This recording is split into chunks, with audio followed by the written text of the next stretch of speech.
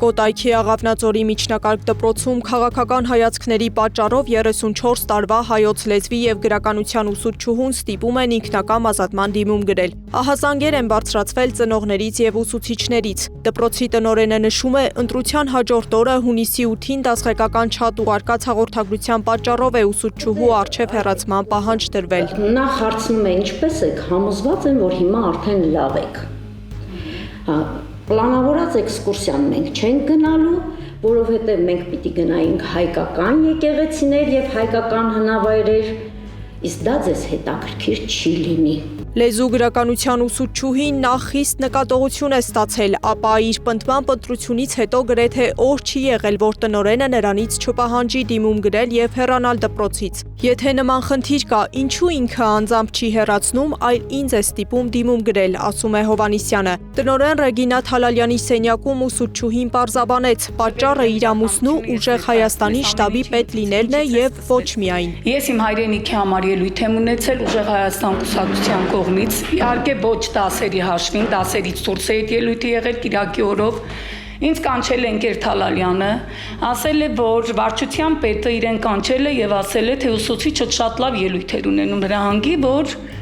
զգուշ լինի, չափերի մեջ մնա։ Հեռացման պահանջը միայն էքսկուրսիան կամ քաղաքական հայացքները չեն, հակադարձում է Աղավնաձորի դպրոցի տնօրենը։ Դասերի ժամին ուսուցչուհին քաղաքական քարոզչություն է արել երեխաների մոտ։ Բազմիցս ահազանգեր են եղել,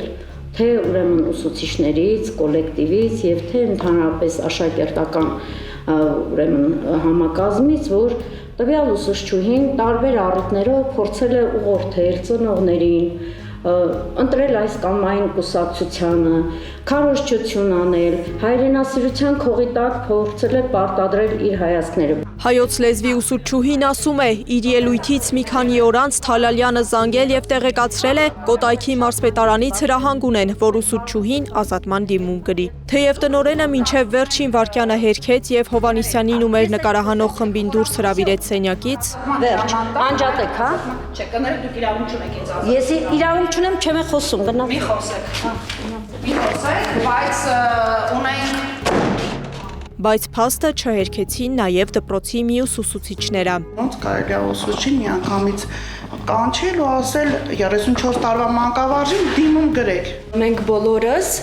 ցանկանում ենք մեր կոլեկտիվում տեսնել ընկեր Հովհաննիսյանի նման մասնագետի մանկավարժի։ Դա արդեն մեր դպրոցի ներքին